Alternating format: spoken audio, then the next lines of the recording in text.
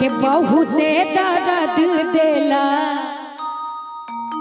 प्यारे हो। आप ही के लिए है कि इश्क किए बदनाम हो गए, इश्क किए बदनाम हो गए और चर्चे हमारे शरेआम हो गए। इश्क किए बहुत ही बुरी तरीके से बदनाम हो गए और चर्चे हमारे शरेआम हो गए। और उस कम वक्त ने उस वक्त ये दिल तोड़ा जब हम उसके प्यार के गुलाम हो गए। हाँ, इसीलिए ये दर्द हम आप लोगों के सामने बयां कर रहे हैं। बड़ा ट्रेंडिंग चल रहा है ये गाना कि बहुते दर्द देला प्यारे हो, दिलवा टूटा ले जननी के टूटले जननी, दिलवा टूटले जननी। सही बात है ना कि टूटले जननी, दिलवा टूटले जननी। काहे थे कि होई जाला जिंदगी बेकारे हो, दिलवा टूटले होई जाला जिंदगी बेकारे हो, दिलवा टूटले जननी। टूटले जननी, दिलवा टूटले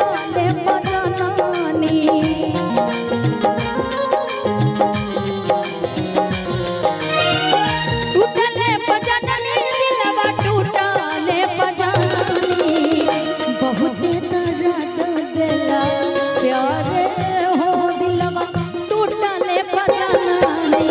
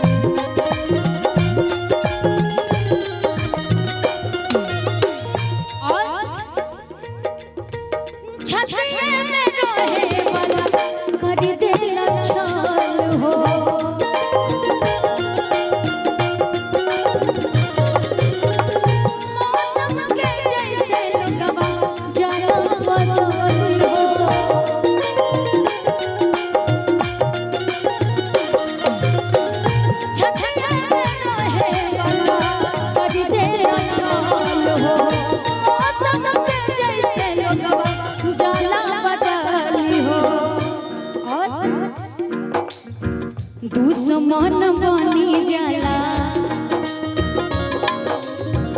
दुश्मन बनी जाला यारे हो।